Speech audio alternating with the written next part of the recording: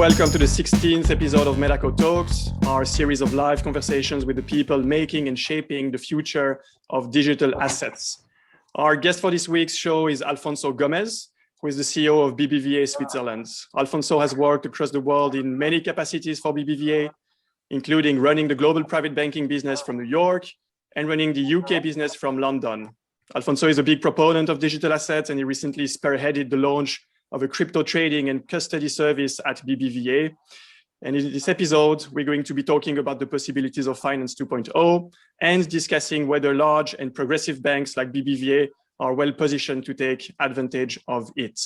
So remember, before we start, that if you ever miss an episode of Metaco Talks, you can listen back on Spotify, Apple Podcast, or wherever you find your podcasts, actually. So enjoy the show and welcome, Alfonso. I will start with a little question about your background, because you must be one of the only tier one bank CEOs out there that has been involved and curious and actually proactively looking at cryptocurrencies and digital assets for a long time.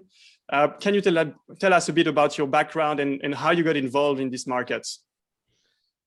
Okay, no, thank you, Adrian. Thank you for having me in this Metaco Talks. I'm happy to join this event.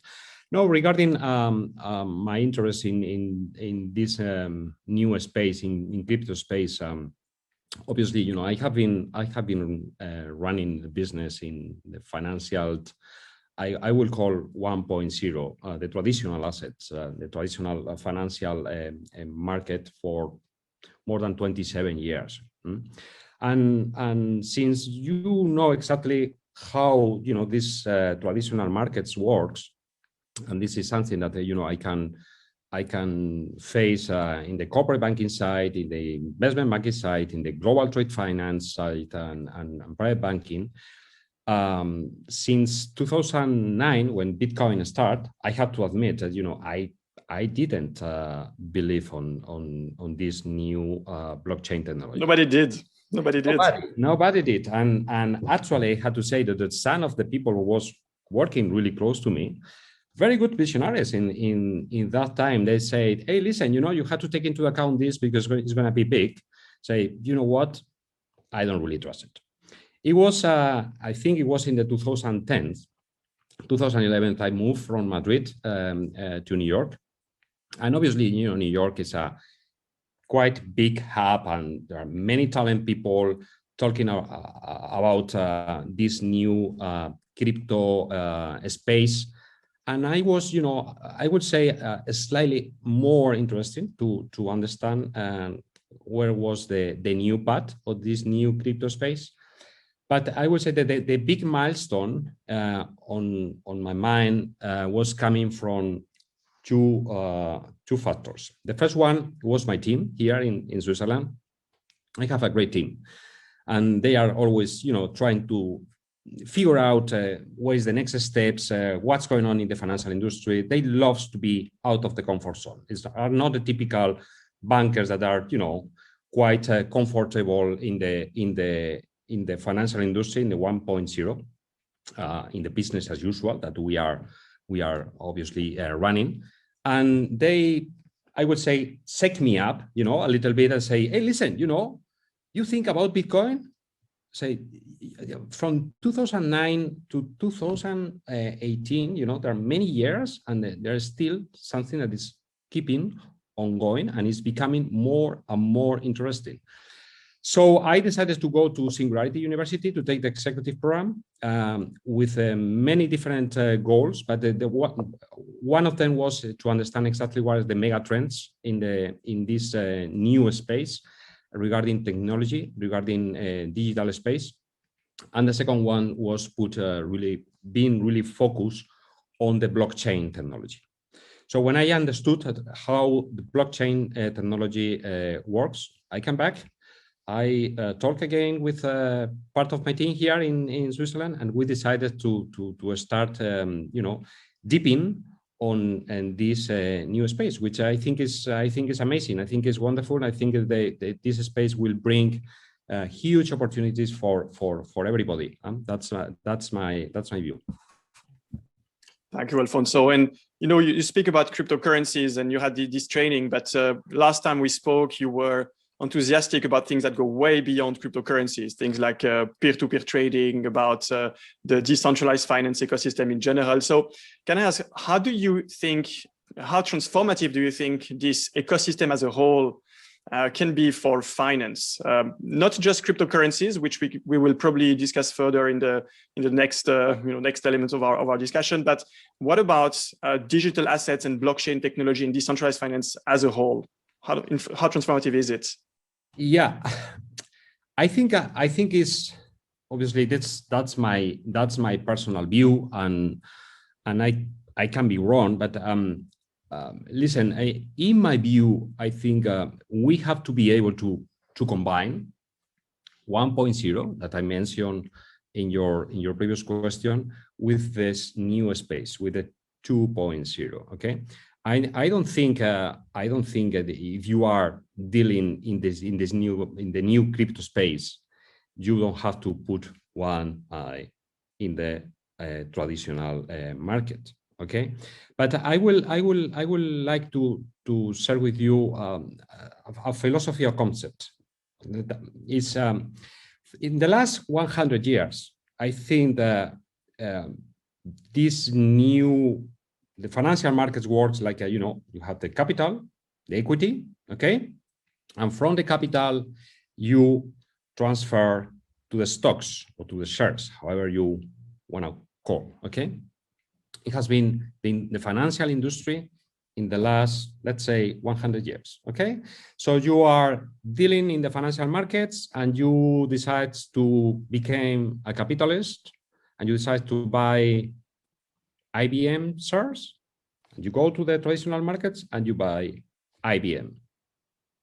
Very happy, right? So you are part of the company. Okay, it was the big movement in the industry, and it will be in the next years also. But we have to be able, to understand that this traditional market is introducing new technologies which could procure to move from the capital to the assets. Okay, so the traditional market moved from the capital to the shares. The new space move from the assets to the tokens.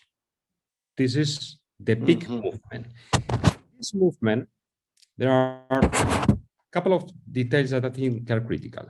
The first one is how big is the assets? How big are the assets for the wealth management side that are not bankable? Big question, right? 300 trillion? It's big, huh? 300 trillion, okay? And if you analyze how has been the evolution from the web, the history of the web, have a look to the history of the web, okay? I will emphasize that three big stages in the histories of the web, of the internet, you prefer to say that, okay? The first one was the information economy. Pretty obvious, right? You had Yahoo or these different apps, and you can, find information, Economipedia, all this kind of Wikipedia, all this kind of new apps, okay? Which is fine. The second stage, I think, is the platform economy with Facebook, all these social networks, which is the current timing that we have been living here, and nobody have any doubt, that the digital or the social networks are becoming more and more important. And the third one, and I think we are about to start, is the token economy. With the token economy, we have to be able to understand that each single asset in the world, you can digitalize. If you can digitalize, you can create liquidity. And if you can create liquidity, you can change a big portion of the financial sector. So the name of the game is, from my point of view, to understand Where are we coming? 1.0. Where are we going? 2.0. And how, in this particular timing, we are able to combine both worlds. That's my view. And regarding DeFi, no doubt, this is a decentralization economy, just because the blockchain technology allows to do it. And there are many opportunities in the lending side and in the investment side. There are many protocols that are going to occur this kind of movements. That's very interesting. And, the one thing I can observe is that industries, generally, they don't like big changes because it forces them in rethinking things they've done for years, many years sometimes, and that work well, where they are very well established, potentially have a oligopolistic position on the market. And suddenly you have this new token economy that comes, and it forces a lot of institutions on the market to think, what will their positioning be once this possibly becomes a new standard? So I assume in your context, you have been thinking about this for quite a long time, because you were one of the early banks to go in this market and launch and prepare the launch and launch a service related to digital assets. How long has it taken to think about this opportunity, create a concrete business case, use case and business case, and actually implement it? When did you start thinking about this? Obviously, it takes time, because it takes time, and I will have to say that. Listen, in BBVA Group, we have a very nice motto that I love this kind of leitmotif. In BBVA, our mission is to bring the age of opportunity to everyone. Okay. And that's the path that we follow in BBVA Switzerland, to bring the age of opportunities to everyone, creating opportunities to our customers. Because at the end of the day, the most important thing that you have in a bank are customers. Without customers, you don't have assets under management. That's very obvious. Yeah. It's an important message right there. And the second asset, more important that you have in a bank, is your people, the talent. Okay. So when we decided to start with this, it was more than 2 years ago. Okay. But I would say that obviously, that there are many things that you need to align. But thanks God, our top management is really open-minded people. They are not in the comfort zone either. They are willing to understand exactly what's going on in the new space. And I think I bless these people, because I think this is the name of the game. Never, the life never stop learning. You need to keep on going, learning new activities, new opportunities, and obviously you need to be in the same track. You need to understand exactly what are the new opportunities. I think it's mandatory. And let me tell you something that a sentence that I really like. I think it's everybody has two lives. The second one starts when we realize that we only have one.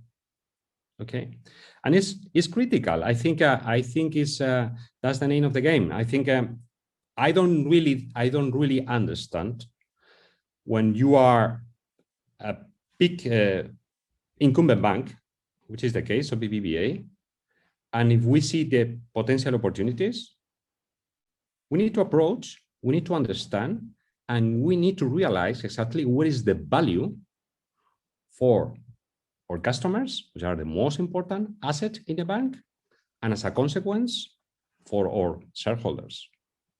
Okay, so 2 years, but basically because all the internal control areas, there are many people around compliance, legal, risk departments, all the control areas have been aligned from the beginning. Obviously, taking into account very seriously how they have to manage, but on the same path with the same goal, which is a place.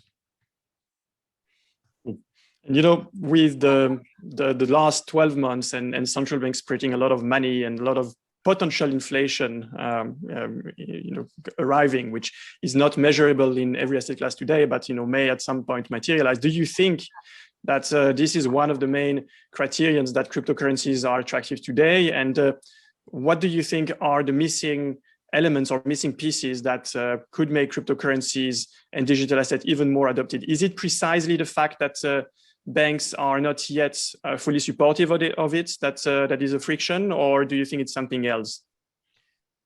I think we are in a path. I think we were in the correct path, and talking about incumbent banks, obviously, and that's my professional view. I think we are in the trend to move from the evolution to the revolution. Just put 1 hour, okay? Evolution to revolution. And obviously there's a big friction today between these 1.0 and 2.0 markets. If you trying to dip in this new space, in the 2.0, okay, and you see that there's a market that never stops, it's I would say more efficient market because they have the proper technology. It is what it is. This is a fact. This is not opinion, 24 hours, 7 days per week. It is what it is. Some people say, this is really tiring, Saturday and Sunday morning, seeing how crypto markets are going down or going up.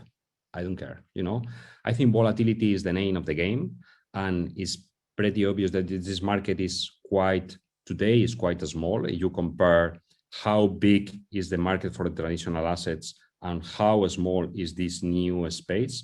And this is my view, since we move from the traditional assets to this new crypto space, okay, we will see lowest level of volatility.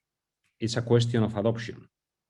So since we will see more, and I don't have any doubt about this, once again, it's just my opinion, but the incumbents banks getting into this new space, okay, I think the friction will reduce dramatically in the next few years. There are many things that obviously we need to change. We need to put in place the correct tools, the correct protocols, the correct metrics in order to ensure, in order to guarantee that everything works. But no doubt, that we will be able to do it. So what you are saying is that with banks adopting cryptocurrencies and digital assets, the demand for those is going to increase. I assume both retail and institutional, and by having more demand, the market will also stabilize and be less, I would say, immature in its behavior. Yeah, in my view, and maybe this is a little bit controversial, but I think for incumbent banks, it's easier to move forward in this new financial space, okay, than for new digital banks. Let me explain exactly what's the reason. I know that's a little bit controversial, but I don't care. I like sometimes being controversial. Just giving my opinion. Traditional banks, we know exactly what's going on in the 1.0. Very precise, 160 years of story for my group. So we know exactly how to manage these markets. Okay. So, and we have the critical points for a bank, as I mentioned before. We have the assets, and you know what? We have the people, we have the talent. Education is key. We didn't talk about this, but during this period of time here in Switzerland, I have to say, my people are getting into this new space. They are willing to learn. They are happy to take different courses. They know exactly what's going on in the DeFi space. This is great, So since we are taking this new space, okay, from 1.0, and we already have customers, and we already know how to manage relation with customers and how to manage relation, by the way, with regulators, which are absolutely critical in this case. And in the case of Switzerland, another bless, okay? Because Switzerland, is a great ecosystem. Maybe we can talk later on about this. I think we have a big advantage. So the name of the game is, I don't think that we are in a huge debate about 1.0 is going to disappear and 2.0 will be the new financial industry. I don't think this is the discussion. I think 1.0 will be in the long run. That's pretty obvious. So the name of the game is how, as an incumbent bank, are able to combine both value proposals in the same portfolio investment to the most important asset in the bank, who are the customers. Absolutely, it makes so much sense. And you speak about Switzerland being potentially special in this context, and I see we have a question from one of our attendees. I'm reading it here. The question is BBVA Switzerland an innovation incubator within the BBVA group? So maybe having this question in mind, what can you say about BBVA Switzerland and more generally about the Swiss market for digital assets? Do you think there is something special here? Why hasn't it been launched, I don't know, in Spain with what's happening here? BBVA is a very, very innovative bank. There are many people in our headquarters that are really, they are rockets regarding innovation. It is what it is. There are many people that are really high standard people. But obviously, the name of the game is to take advantage of the ecosystem, as I mentioned rapidly before. So obviously, we are a small bank in relation with the rest of the banks in BBVA Group, and this is it's a very good country with a very solid framework, and we know exactly how to manage this. So trying to answer the question regarding crypto, obviously we have great people in the headquarters that they have a really deep knowledge in the blockchain technology, but obviously we work as a team. And BBVA Switzerland is a small bank. We stabilize our business in the wealth management side, and obviously we are taking knowledge and we are in a learning curve and trying to understand exactly how we have to manage this new space, particularly in the world of Bitcoin or Ethereum, or these different protocols that are going to change the 2.0 financial industry. And obviously, we will put our knowledge, on the hands of our colleagues in the group in order to spread out this experience. That makes a lot of sense. What strategy have you taken with this integration of cryptocurrencies? Have you isolated a team that is working on this, completely siloed, so no integration with what you do today on the traditional business? Or have you taken a more inclusive approach where both from the people point of view, but also from a technology point of view, you're trying to merge the new world with the old world? What is your vision and what have you done at BBVA? Our vision is that obviously we cannot use different platforms.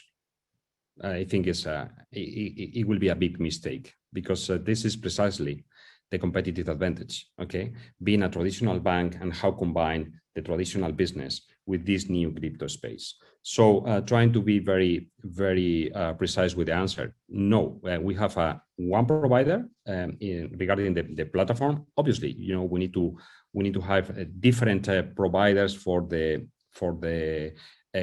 custody and all these kind of things that are absolutely critical for these new digital assets.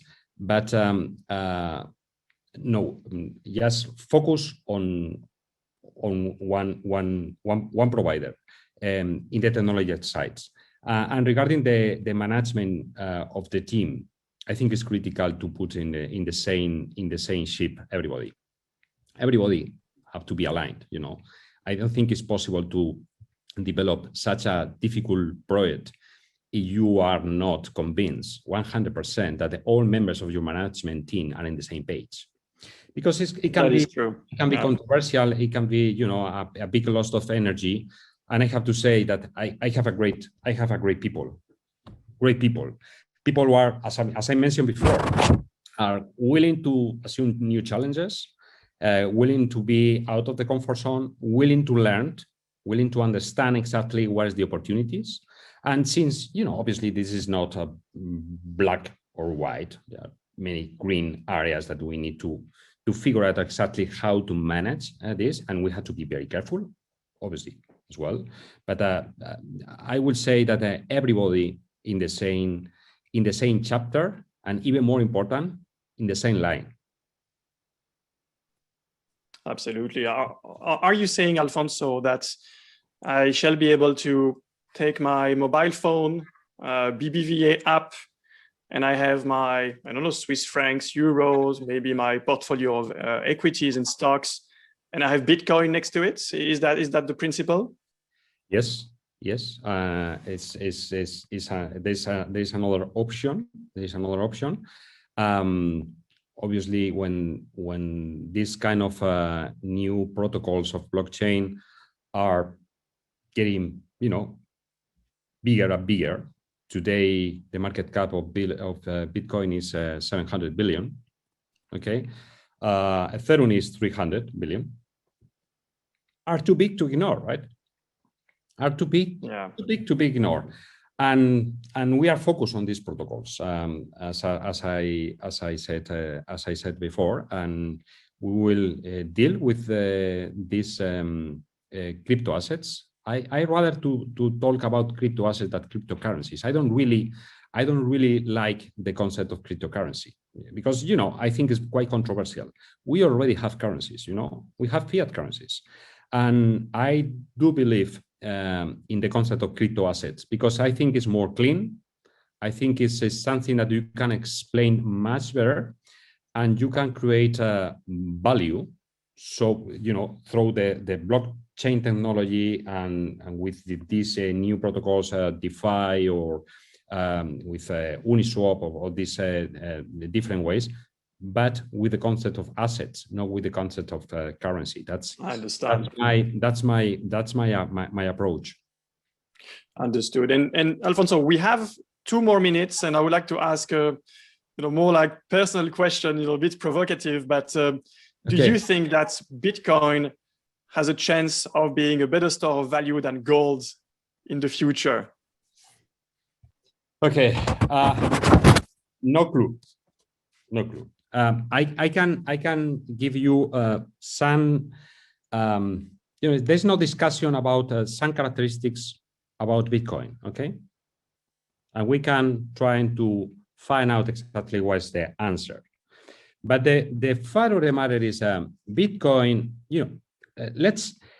if you compare Bitcoin with gold, okay? Obviously, I don't know how much is the value of gold today, maybe something like 10 trillion. A bit more, I think, yeah. The value of Bitcoin is 700 billion. Okay. Let's see what's going to happen with Bitcoin in the future. I don't know. But as I said before, it's too big to be ignored. But there are 5 characteristics that I think are critical if you are trying to analyze how solid can be a reserve of value. Okay.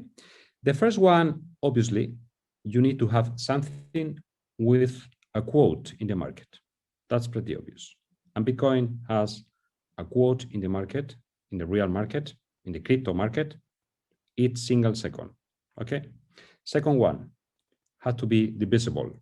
And it's pretty obvious. If throw Satoshis, you can, there's no discussion.